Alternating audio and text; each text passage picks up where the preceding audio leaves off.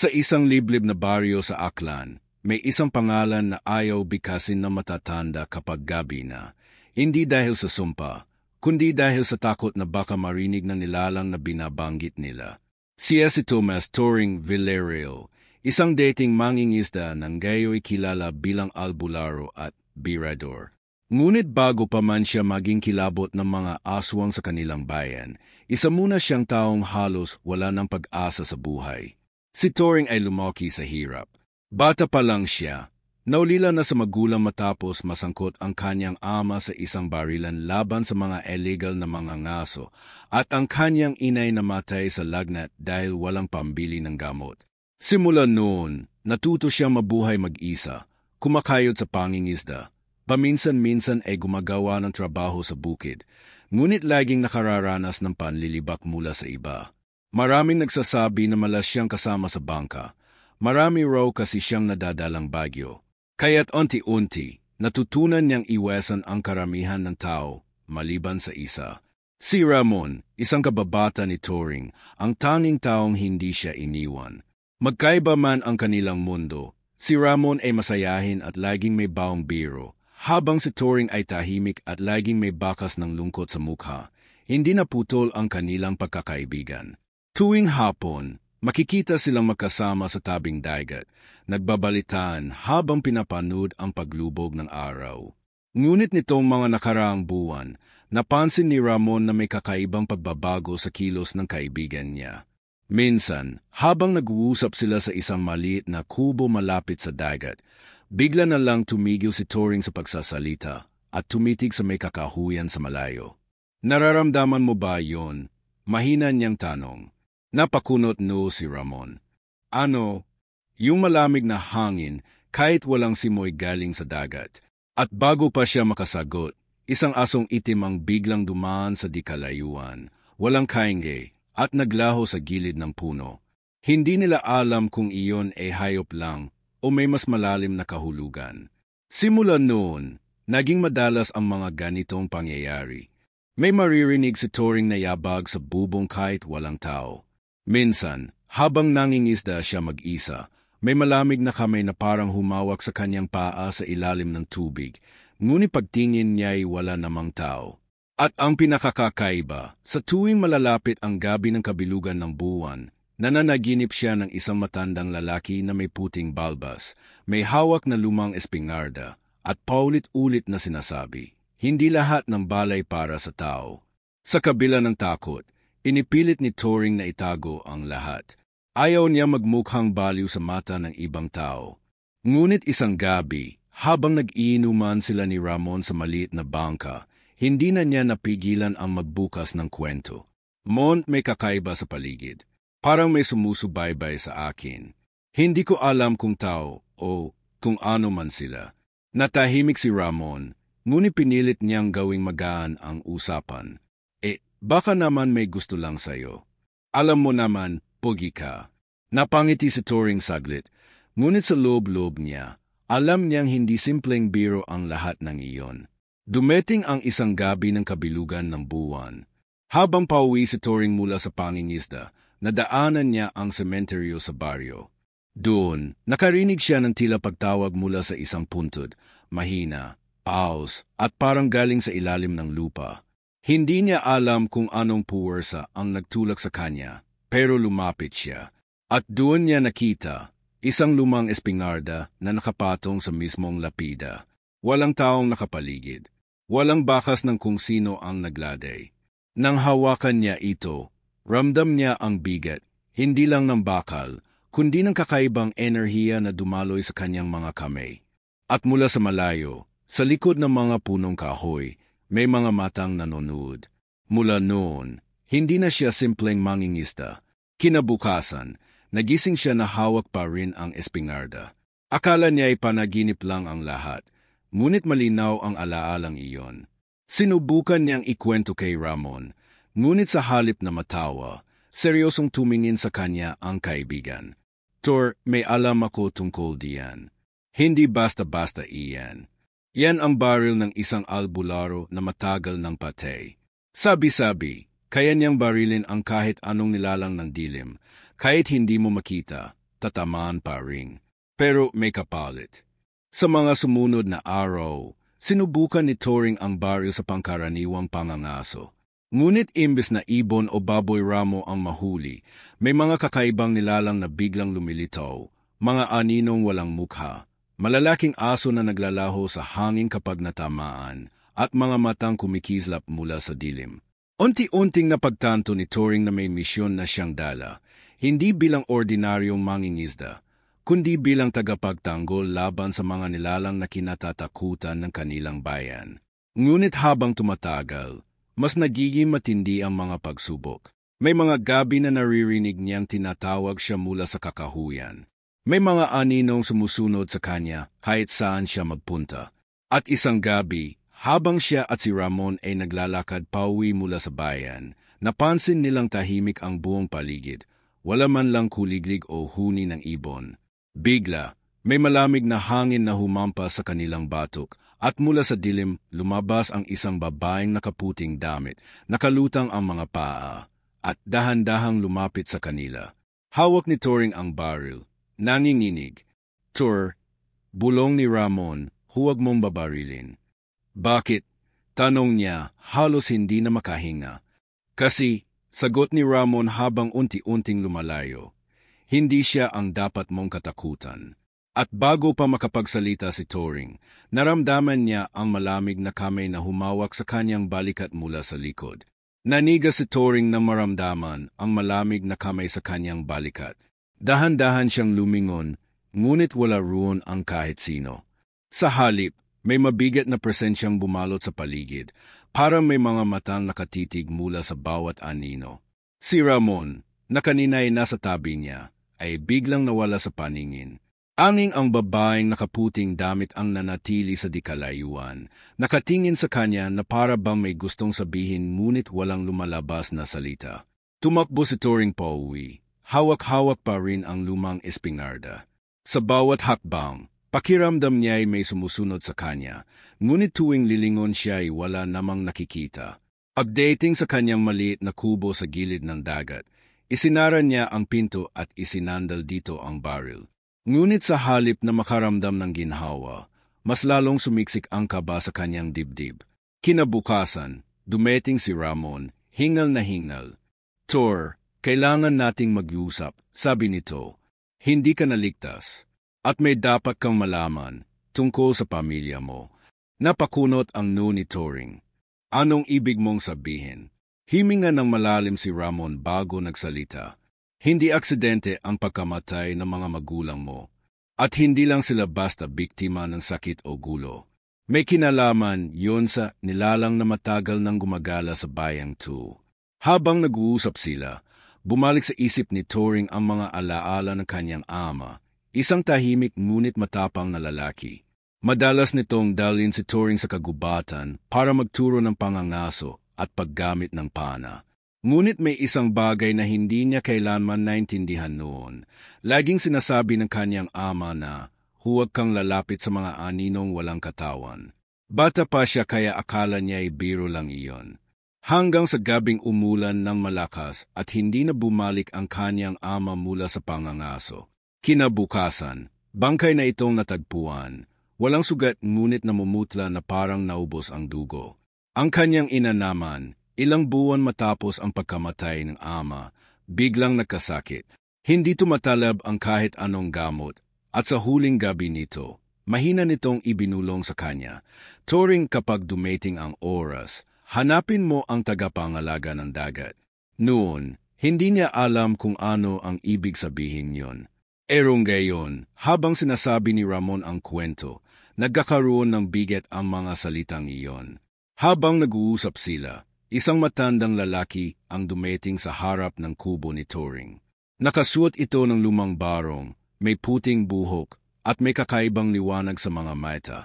"Ikaw si Tomas Villarreal," ay niya, ang anak ni Andres Villarreal, ang huling birador ng Aklan. Nagulat si Turing. "Paano mo nalaman ang pangalan ng tatay ko?" Ngumiti ang matanda, ngunit may lungkot sa mga mata. "Dahil ako ang kasama niya sa huling laban bago siya nawala. Ako si Ka Elias Albularo at tagapangalaga ng mutya ng dagat." Sa sinabi nito, inabot niya mula sa kanyang bayong ang isang maliit na kabibi, makintab at kumikislap kahit walang sikat ng araw. Mutya ng dagat, paliwanag ni Elias. Ito ang bagay na matagal nang hinahanap ng nilalang na pumatay sa mga magulang mo, isang aswang na hindi ordinaryo. Siya si Amaring, isang matandang aswang na kayang magbago ng anyo at manirahan sa tubig o lupa. Ang espingarda na hawak mo ay sa tatay mo galing at may kakayahang tamaan ang kahit anong nilalang na tinatago sa dilim. Pero kung wala ang mutya, hindi mo siya tuluyang mapapahina. Habang nakikinig si Turing, hindi niya alam kung matatakot o matatawa. Arang napakabigat tanggapin na totoo ang lahat ng ito. Ngunit hindi rin niya may kakaila ang mga kakaibang pangyayaring nakikita niya nitong mga nakaraang linggo. Bakit ako? Tanong ni Turing. Hindi ako gaya ng tatay ko. Hindi ako bayani. Isa lang akong mangingisdang hirap mabuhay. Hindi mo pinili ang laban, Thomas, sagot ni Elias. Pero pinili ka ng laban. At kung hindi mo tatanggapin, isa-isa silang kukunin, ang mga taong mahal mo, ang kaibigan mo, eti ang buong baryo. Natahimik si Turing. Sa isip niya, kung totoo nga ang lahat, mas lalo siyang ayaw masangkot. Ngunit sa puso niya, may tinig na nagsasabing hindi siya pwedeng tumalikod. Simula noon, madalas bumalik si Elias sa kubo ni Turing. Tinuturuan siya kung paano alagaan at linisin ang espingarda, kung paano gumamit ng bala na may basbas mula sa mutya ng dagat. Ipinakita rin sa kanya ang iba't ibang halamang ginagamit laban sa masasamang espiritu. Ngunit hindi agad tinanggap ni Turing ang lahat ng ito. Madalas siyang magdahilan para umiwas sa pagsasanay. Pinipilit niyang ipaniwala sa sarili na baka bumalik ang lahat sa normal kung hindi niya papansinin. Pero habang tumatagal, mas lumalala ang sitwasyon sa baryo. May mga alagang hayop na nawawala, at kinabukasan ay matatagpuan na lang nawala ng dugo. May mga taong nagkakasakit ng biglaan at hindi magamot ng doktor. Isang gabi, dumating si Ramon, pawis at takot na takot. May kinuha si Amaring. Si Aling Rosa, yung matanda sa kabilang baryo. Dinela niya sa may ilog at, wala na tayong oras. Sa pagkakataong iyon, hindi na alam ni Turing kung tatakbo siya o lalaban. Humawak siya sa espingarda, mabigat sa kamay ngunit parang humihinga. Mula sa mesa, kinuha niya ang mutya ng dagat na iniwan ni Elias, inilagay sa kanyang bulsa, at tumingin kay Ramon. Kung totoo ang lahat ng ito, bulong niya, kailangan kong makita kung gaano kalakas ang kalaban natin. Bago pa sila makalabas ng kubo, may kumetok sa pinto, 3 malalakas na katok, mabagal, at parang may mabigat na kamay sa likod nito. Napetingin silang dalawa sa isa't isa. Walang ibang tunog sa paligid maliban sa hampas ng alon sa dalampasigan. Unti-unting bumukas ang pinto at sa may liwanag ng buwan, lumitaw ang isang nilalang na kalahating tao, kalahating isde, balot ng itim na kaliskis, may mahahabang kuko, at mga metang kumikislap na parang berde.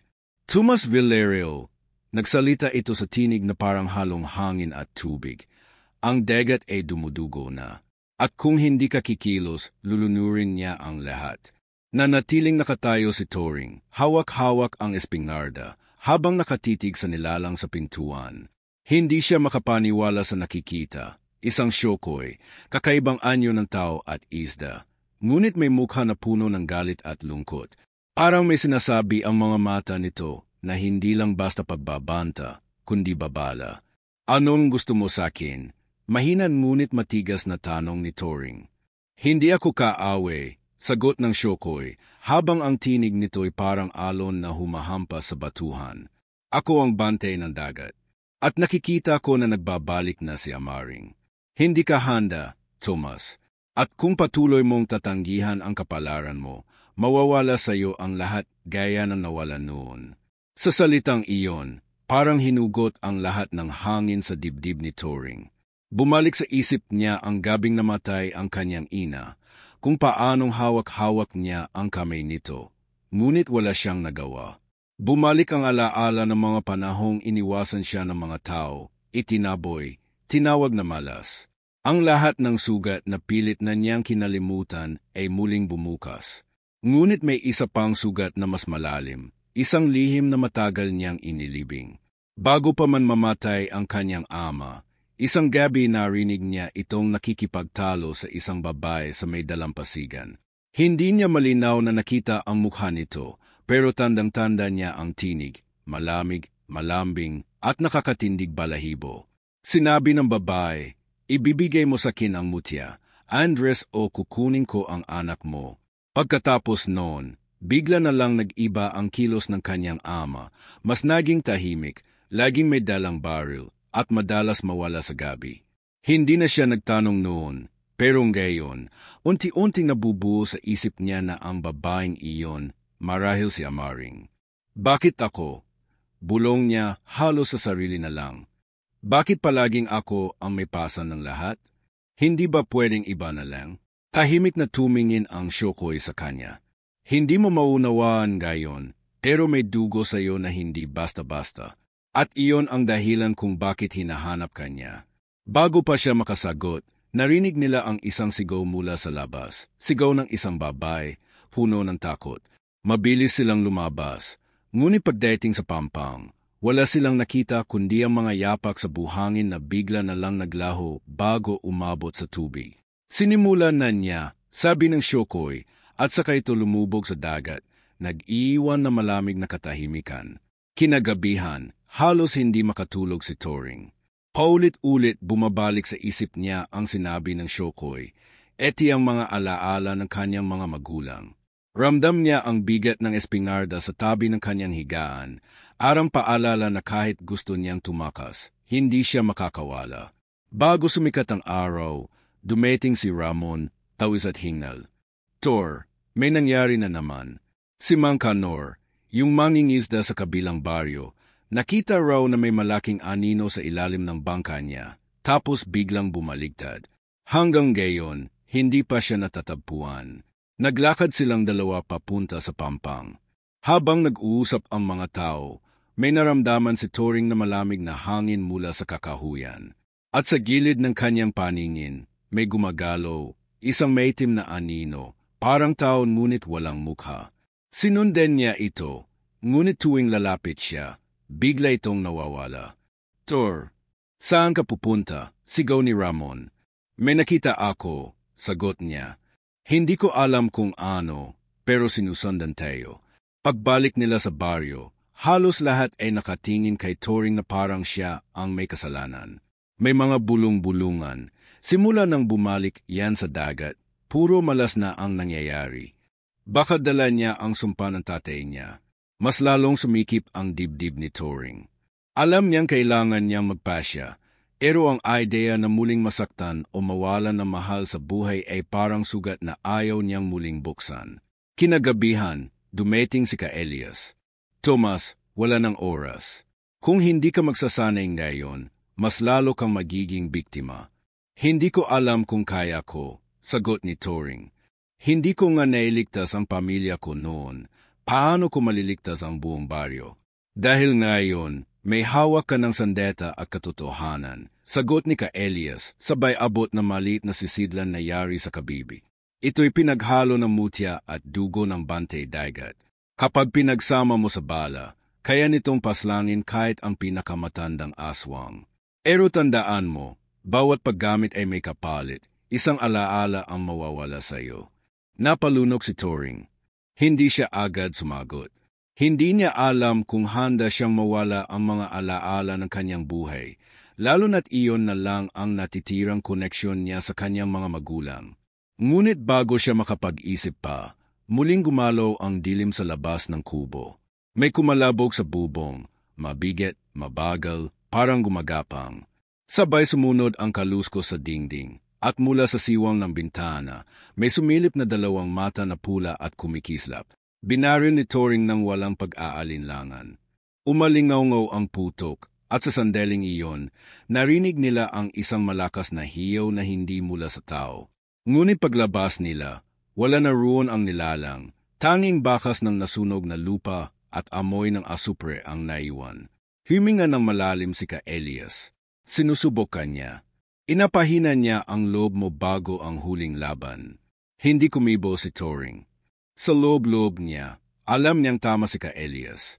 Ngunit alam din niyang bawat araw na lumilipas, mas lalong lumalapit si Amaring. At sa bawat gabi, naririnig niya ang bulong ng babaeng iyon mula sa kanyang kabataan. Ibibigay mo sa akin ang mutya, o kukunin ko ang anak mo. Ngayon, siya na ang anak na tinutukoy. At alam niyang oras na lang ang bibilangin bago kunin ng dilim ang lahat ng mahalaga sa kanya. Sa malayo, mula sa dagat, isang kakaibang liwanag ang sumilay, parang apoy na kulay asul na lumulutang sa ibabaw ng tubig. At sa ilalim nito, anino malaki at mabagal na papalapit sa pampang. Tumayo si Turing, hawak ang espingarda, at sa unang pagkakataon, hindi siya umurong. Ngunit sa puso niya, alam niyang wala pa siya sa kalahati ng tunay na laban. Mula sa pampang, nakatitig si Turing sa kakaibang liwanag sa gitna ng dagat. Hindi iyon basta ilaw, parang apoy na asul, gumagalaw ng mabagal, paikot-ikot, na para bang may hinahanap. Sa ilalim nito, anino malaki at mabigat ang gumagalaw sa dilim ng tubig. Bawat galaw ay nagdudulot ng banayad na pag-alon hanggang sa baybayin. Bulong ni Ramon, nakatayo sa tabi niya. Hindi na to normal. Kahit nung malalakas ang bagyo, wala akong nakitang ganyan. Hindi sumagot si Turing. Ramdam niya ang kabog ng kanyang dibdib, hindi lang dahil sa takot, kundi dahil sa pakiramdam na siya mismo ang pakay ng nilalang na iyon. Mula sa malayo, para may tinig na umukil-kil sa isip niya. Malapit na, tumas malapit na. Pagbalik nila sa kubo, agad na nagsimula si Ka-Elias sa paghahanda. Kailangan nating tapusin ang lahat bago sumapit ang susunod na kabilugan ng buwan, sabi nito habang inilalapag ang isang lumang kahon sa lemesa. Binuksan niya ito at inilabas ang mga lumang bala. Bawat isa'y may ukit na simbolo at nakapaloob sa balat ng kabibi. Ito ang mga bala na binasbasan ng mutya ng dagat. Hindi mo dapat sayangin. Bawat isa ay kapalit ng isang alaala mo. At kapag naubos, wala nang makakapigil sa kanya. Habang pinapanood niya ang mga bala, napalunok si Turing. Paano kung mawala ang lahat ng alaala ko? Paano kung peti mukha ng mga magulang ko? Hindi ko na matandaan. Tumingin si Ka-Elias sa kanya. Seryoso. Mas mabigat ang mawala ang lahat ng mahal mo ngayon kaysa sa mga alaala mo kahapon. Tumalikod si Turing, hindi makatingin sa kanila. Naisip niya si Ramon, ang tanging kaibigan niyang hindi siya iniwan kahit kailan. Kung si Ramon ang susunod na kunin ng dilim, handa ba siyang magsakripisyo? Hindi siya sigurado. Kinabukasan, nagsimula ang kanilang paghahanda. Tinuruan siya ni Ka-Elias kung paano gumamit ng espingarda ng mabilis at tiyak. Sa bawat putok, ramdam niya ang bigat ng baril, hindi lang sa pisikal, kundi sa kaluluwa. Si Ramon naman, kahit hindi sanay sa labanan, ay nagdala ng matulis na sibat at ilang palaso, bili pinapakita na handa siyang sumuporta. Ngunit sa bawat araw na lumilipas, mas dumarami ang kakaibang nangyayari sa baryo.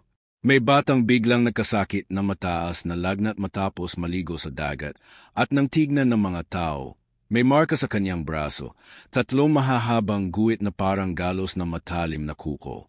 May mga bangkay ng isda na palutang-lutang sa pampang, kulay abo at walang meta.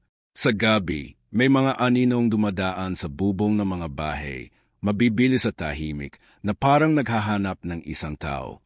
Isang gabi, habang nagbabante si Turing sa labas ng kubo, nakarinig siya ng yabag mula sa kakahuyan. Hawak ang espingarda, dahan-dahan siyang lumapit. Doon niya nakita ang 3 nilalang na nakayuko sa isang bangkay ng kambing. Nilalapa ang laman nito. Nang lingunin siya ng isa, nakita niya ang matulis nitong ngipin at mga mata na kulay dilaw, kumikislap sa dilim.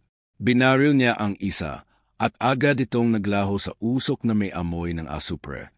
Ngunit ang dalawa ay mabilis na tumakbo palayo, parang ipinapakita lang na kaya nilang tumakas kahit kailan. Pagbalik niya sa kubo, nakita niyang gising si Ramon, hawak ang sibat. Narinig ko ang putok. Ano yon? Mga alagad niya, sagot ni Turing. Tinitignan lang tayo. Sinusukat. Habang kapalapit ang gabi ng kabilugan ng buwan, mas lalong lumalakas ang presensya ni Amaring. Minsan, habang nag-iensayo si Turing, naririnig niya ang bulong nito sa hangin, mga salitang hindi niya lubos maintindihan, pero alam niyang patungkol sa kanya. Minsan naman, sa tubig, nakikita niya may babaeng nakatayo sa gitna ng dagat, nakaputing damit, nakatingin sa kanya. Ngunit kapag pinikit niya ang mata at muling tumingin, wala na ito. Isang hapon, habang nag-ayos ng bala, dumating ang isang matandang babae mula sa baryo. Thomas, nakita ko siya. Nanginginig nitong sabi. Si Amaring nasa ilog. Hindi ko alam kung bakit ako pinayagan niyang mabuhay, pero naramdaman ko, parang minamarkahan niya ang lahat ng daraanan niya. Pagkasabi nito, hinubad ng matanda ang damit sa balikat at ipinakita ang 3 guhit na parang paso, kumikislap na kulay berde. Natahimik si Turing. Hindi na lang ito simpleng laban. Isa-isa ng tinatamaan ng dilim ang mga taong mahalaga sa kanya. At alam niyang oras na lang ang bibilangin bago peti si Ramon ay madamay. Gabi bago ang kabilugan ng buwan, nagtipon sila sa loob ng kubo, si Turing, si Ramon, at si Elias. Sa gitna ng mesa, nakapatong ang espingarda, mga bala, at mutya ng dagat. Sa labas, tahimik ang buong baryo, parang lahat ay humihinga ng mababaw, naghihintay sa kung anong darating. Kapag nagsimula na ang laban, hindi na tayo pwedeng umatras, sabi ni Elias. Pero huwag kayong magpapadala sa galit. Ang galit ay ginagamit ng kaaway para gawing mahina ang puso mo.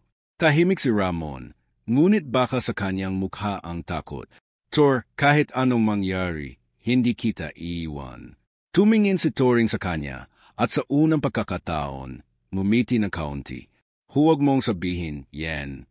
Hindi natin alam kung anong mangyayari. Pagpatak ng hating gabi, biglang lumakas ang hangin mula sa dagat.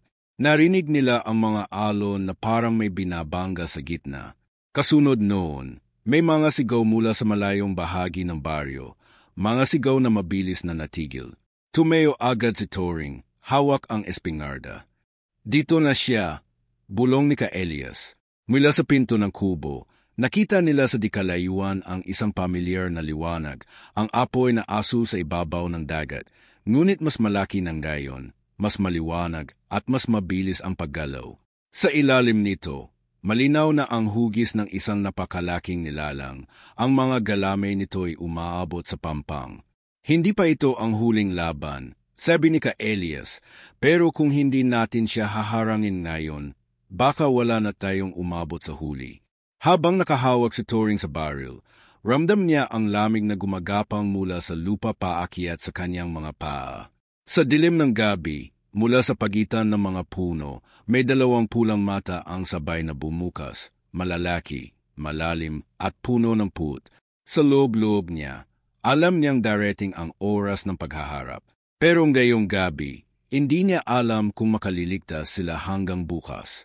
Sa gabing iyon, habang bumubuhos ang ulan at ang hangin ay parang may dalang mga daing mula sa kung saan, napansin ni Ruben na tahimik si Turo.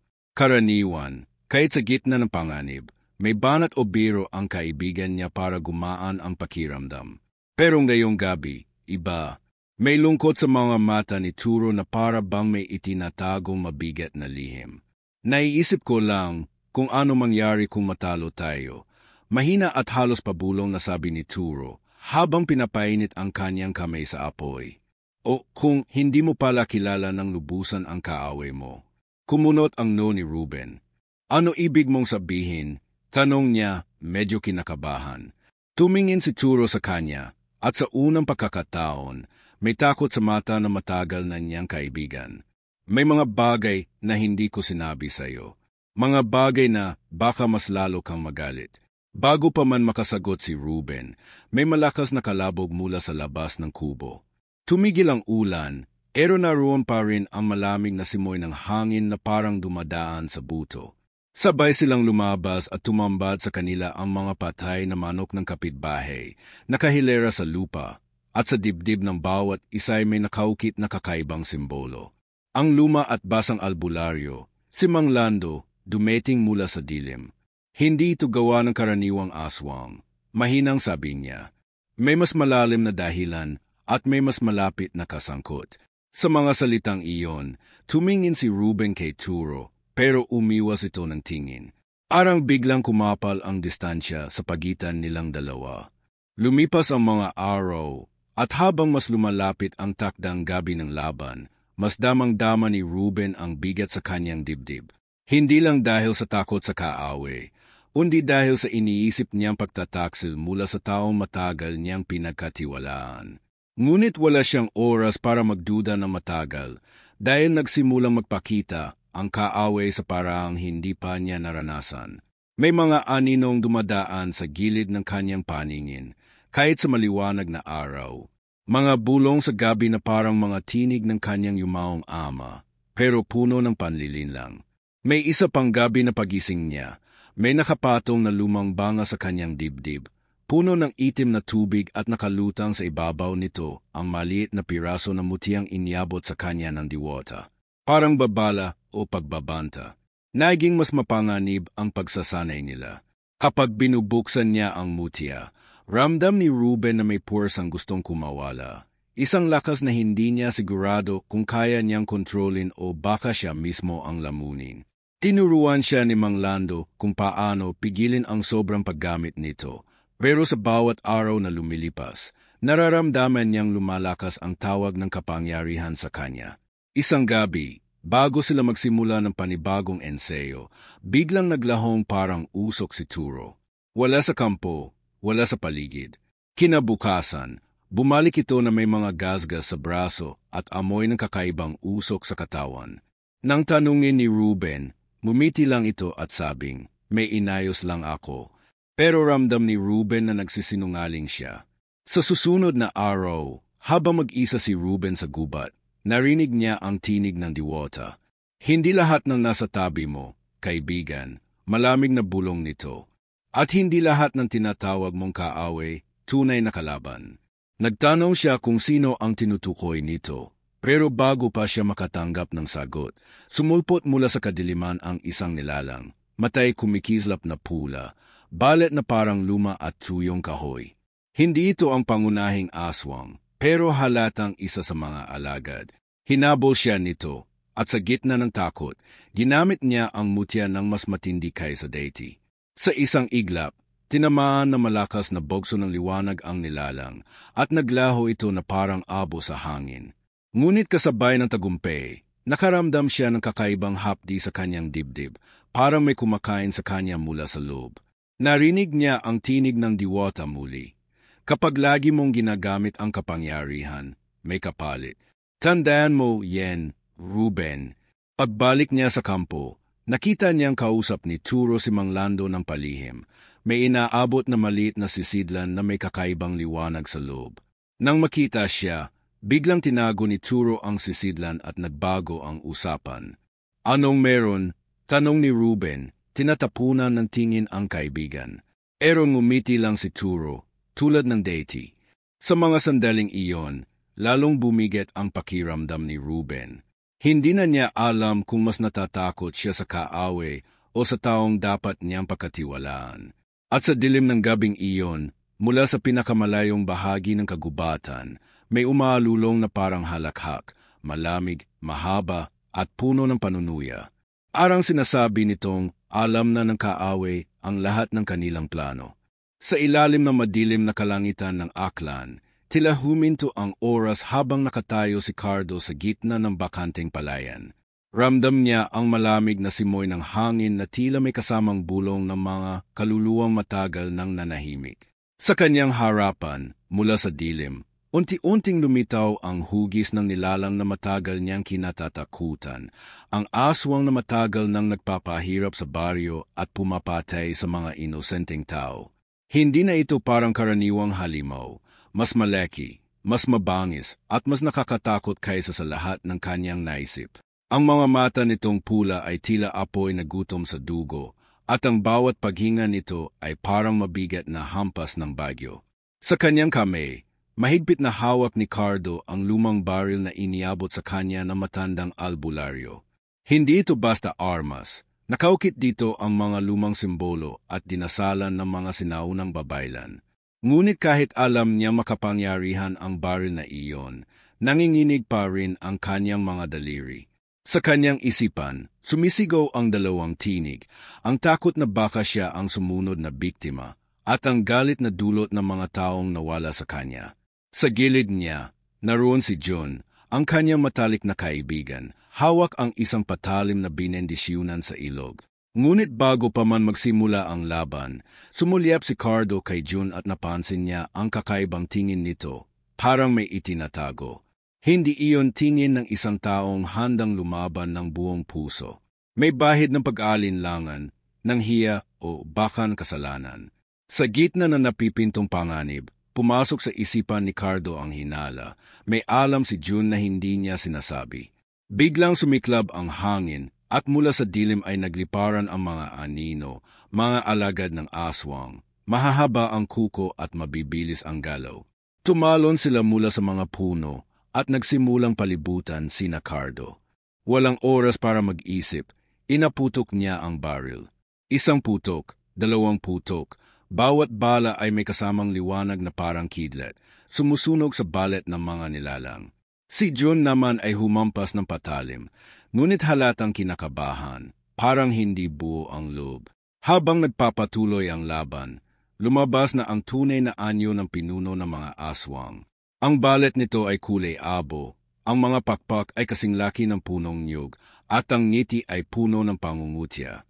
Cardo, mababa ngunit malinaw ang boses nito. Hindi mo kayang tapusin ito. May dugo ka naming dumadaloy sa iyo. Arang sumabog ang mundo ni Cardo sa narinig. Anong ibig sabihin ng aswang?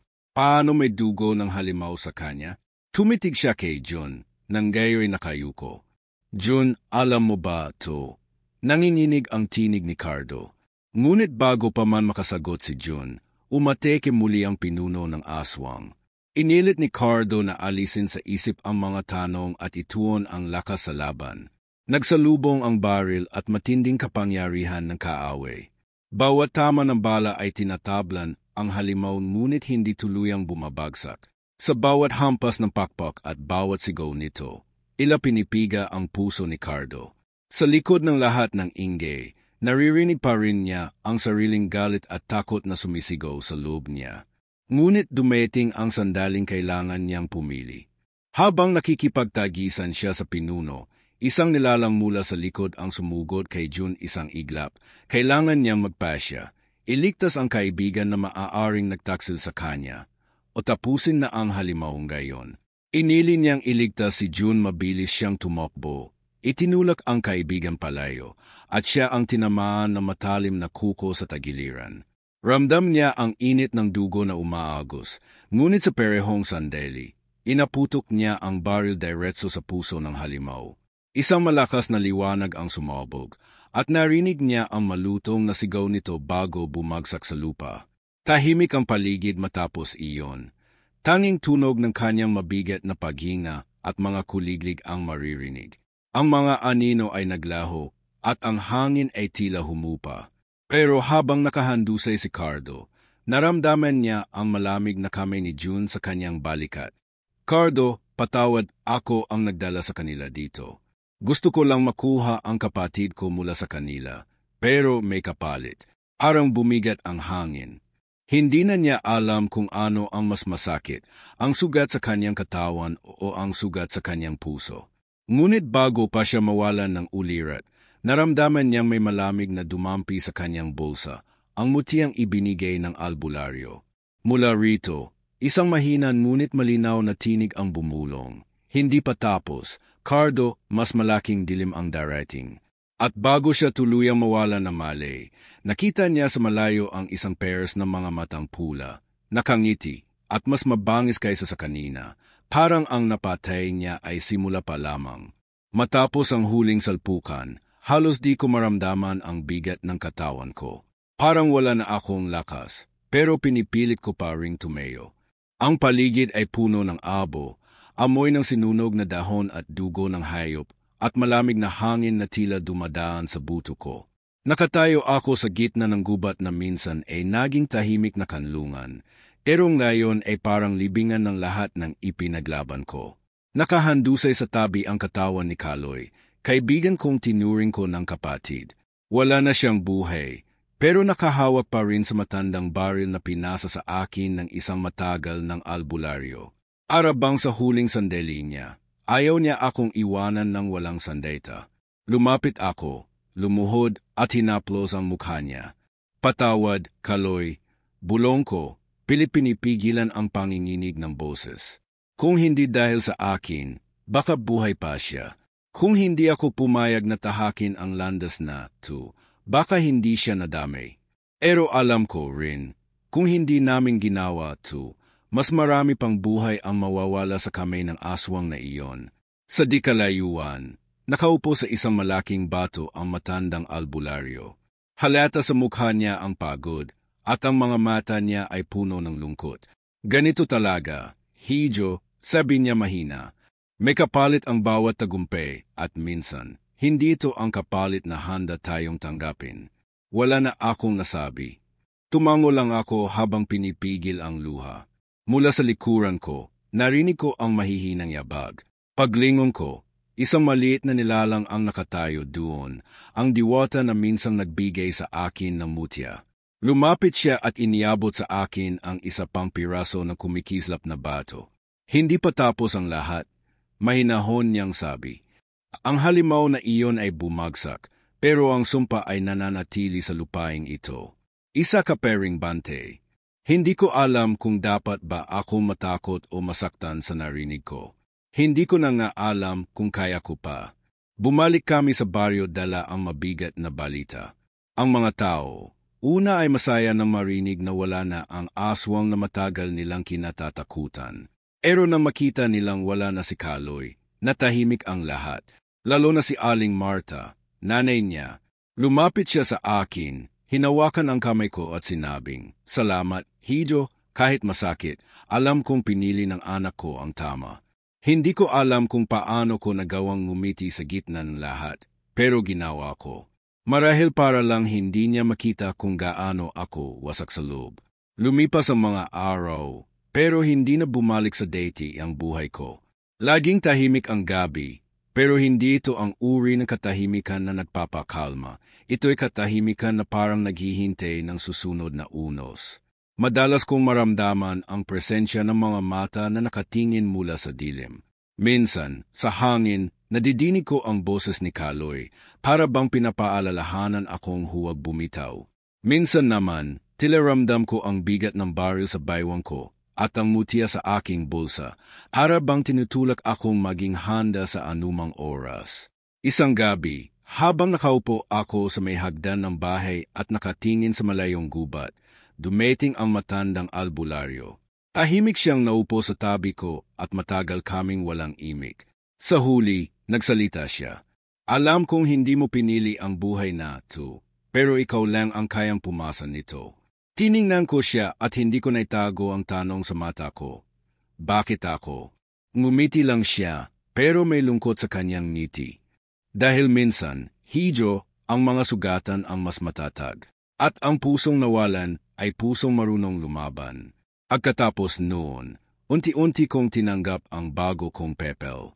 Nagsimula akong magbantay tuwing gabi, magdala ng baril at mutya saan man ako magpunta, at makinig sa mga bulong ng hangin na minsang nagbabala ng panganib. Hindi ako naghanap ng laban, pero hindi ko rin tinakbuhan ang anino. Sa tuwing naiisip ko si Kaloy, ang sakit ay nariyan pa rin, pero may kasamang kakaibang tapang. Hanggang isang gabi, habang nakamasid ako sa gilid ng gubat, may kumislap na pulang liwanag mula sa malayo. Hindi ito parang apoy, kundi parang mata na nagmamasid. Napatayo ako. Mahigpit na hinawakan ang baril at naramdaman kong muli ang bigat ng mundo sa balikat ko. Pero ngayong pagkakataon, hindi na ako umatras. Tumayo ako ng matatag kahit kumakabog ang dibdib ko at sinabi sa sarili ko, kung may kasunod man, haharapin ko. Sa buhay, may mga laban na natatapos at may mga laban na nag-iiwan ng sugat na hindi nagagaling. Pero sa pagitan ng sakit at tapang, may isang bagay na mas matibay, ang pagpili na lumaban muli, At alam mong pwede ka na namang masaktan.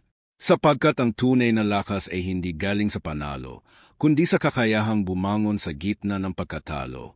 At sa gabing iyon, habang ang dilim ay unti-unting lumalapit, alam kong isa lang ang malinaw sa akin, sa mundong puno ng halimaw. Minsan, kailangan mong maging halimaw din, pero ang klase ng halimaw na nagbabante, hindi naninila.